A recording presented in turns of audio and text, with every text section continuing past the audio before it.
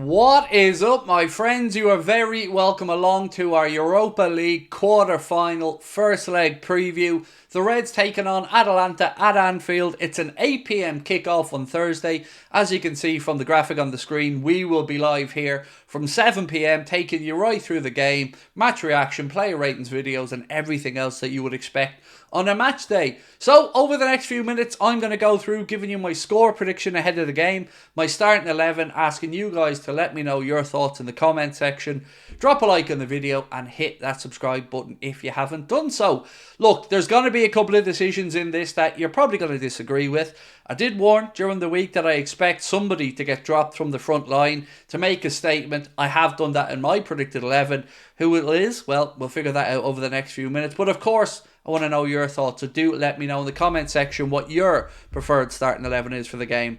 So let's look at the injury situation. We got a confirmation from the Echo earlier on that they expect Trent Alexander-Arnold, Alisson Becker and Diogo Jota to be available for Jurgen Klopp from the 18th, so the return leg of the Europa League game over in Italy. That is when they expect the guys to be back available. Now, we did also get confirmation today from Neil Jones and the club that those three guys and Stefan Bajcetic were all back on the training pitch. So that is good news. We are looking at the return of these guys imminently. Whether it'll be perhaps before the 18th or not remains to be seen, but they are back training. So that's good news.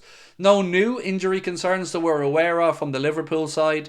Obviously, Kanade missed the last game. I say missed, he was on the bench. Endo then was rested the game before the United game. So no new concerns that I'm aware of. So it's pretty much as we were. And Jurgen has the availability to pick pretty much the same 11 or the same squad that he did for the game against United. So with that in mind, let's start off with the score prediction. What have I gone for here? Well, I have gone for a 3-1 win for Liverpool. I'd love that to be a 3-0 win, and I hope it's a 3-0 win. But we have been leaking goals lately, and it's been frustrating. And I'd love us to keep a 3-0 win, because I think 3-0 would get us the result, and it'd be done and dusted, and we could make wholesale changes for the second leg. But 3-1 will probably mean that we'll have to go over there and at least score one. So 3-1 is my prediction anyway. Let me know what you think, if you agree or disagree with that one. Moving into the selection now, and no real surprises in the goalkeeping and centre-back department. This is what I have gone for there. Caoimhín Kelleher to carry on in goal, with Ibrahima Kanade and Virgil van Dijk for me in the centre-back positions. It did surprise me a little bit, the amount of people who were saying that they would go weak for this game, that they would make a load of changes ahead of the game coming up against Crystal Palace at the weekend. I'm not in that camp. I want Liverpool to win the Europa League. Obviously, I'm a little bit biased there. The final is in Dublin. It's in the city I grew up in, and I'd love to see Liverpool lift a European trophy in Liverpool or in Dublin. It just would feel like a fitting end, and it would be Jurgen Klopp's last game in charge as well, because we're not in the FA Cup. So that's where I'm at. So I'm emotionally invested in us winning it. So I probably want it a little bit more than some others. So I'm going to go strong with my team selection. Hence, Caoimhín Kelleher in goal and the centre-backs I've gone for. Again, I'm not dropping Jarell Quansah here, by the way. Kanade and Verds are just, in my opinion, our best centre-back pairing. I've no issues with Kanade or Quansah making that mistake that he did against Manchester United. It happens, won't be the last one he makes, and everybody else will make mistakes as well. So just, want to point that out. I'm not dropping him. I just think this is our best centre-back pairing. Into the fullback positions, well, I have made a change here. This is what I've gone for.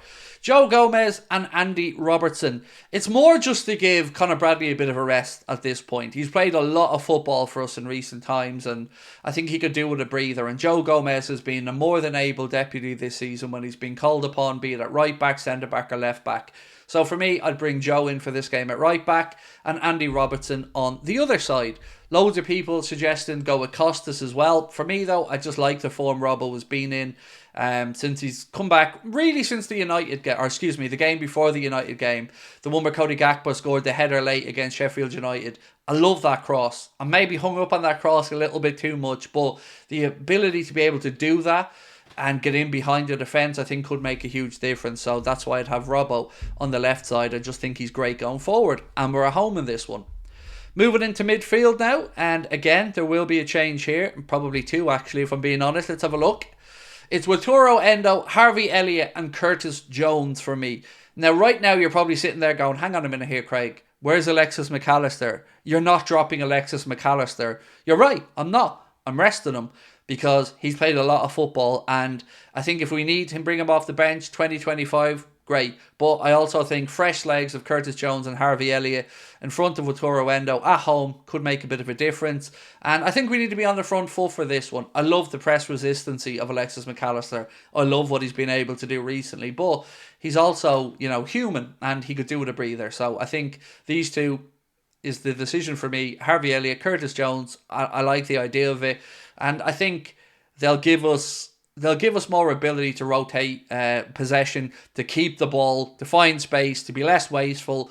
And I just think it's the right choice for this game. So for me, Wataru Endo, Harvey Elliott and Curtis Jones. Other people may want to bring in Gravenberch, Dominic Soboslai or Alexis McAllister. Again, it's just more about rotation for me. And I haven't been all that impressed with Dom lately. I think he's just not in the right rhythm. I'm not going to say he hasn't got the capabilities because he's a wonderful footballer, but I don't think he's at his very best at the minute. And I think some people need a little nudge just to say that nobody is undroppable.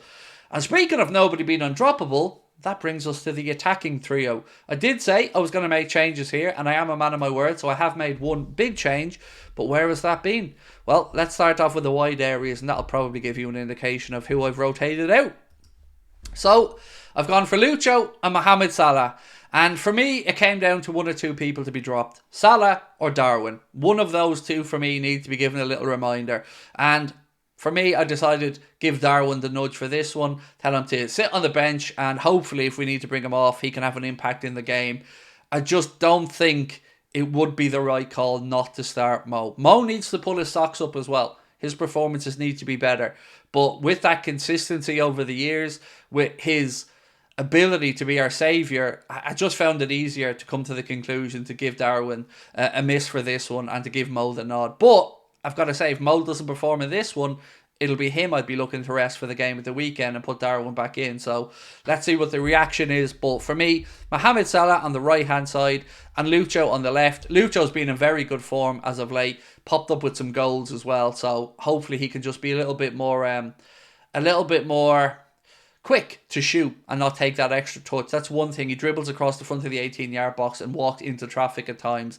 That frustrates me, but that is my wide positions, and that means, of course, that through the centre, I've gone for Cody Gakpo. So that is my 11, ladies and gentlemen. Caoimhín Kelleher, Joe Gomez, Andy Robertson, Ibrahima Konate and Virgil van Dijk in midfield, Wataru Endo, Harvey Elliott and Curtis Jones. Up top, going to give Mo the benefit of the doubt on the right-hand side, Lucho on the left-hand side, and for now, Cody Gakpo through the middle, knowing that Darwin is on the bench should we need to bring him off. Maybe you think differently, maybe you've got a completely different 11. Please do feel free to let us know in the comment section, and I look forward to catching up with you guys at 8:30 tonight if you're watching this on Tuesday afternoon. If not, we will see you tomorrow. Until then, my friends, thank you for watching. Don't forget, Watch Along starts at 7 o'clock, and the tickets for the Belfast and Dublin shows are on sale right now from Ticketmaster. Talk to you soon. Thank you for watching. Bye-bye.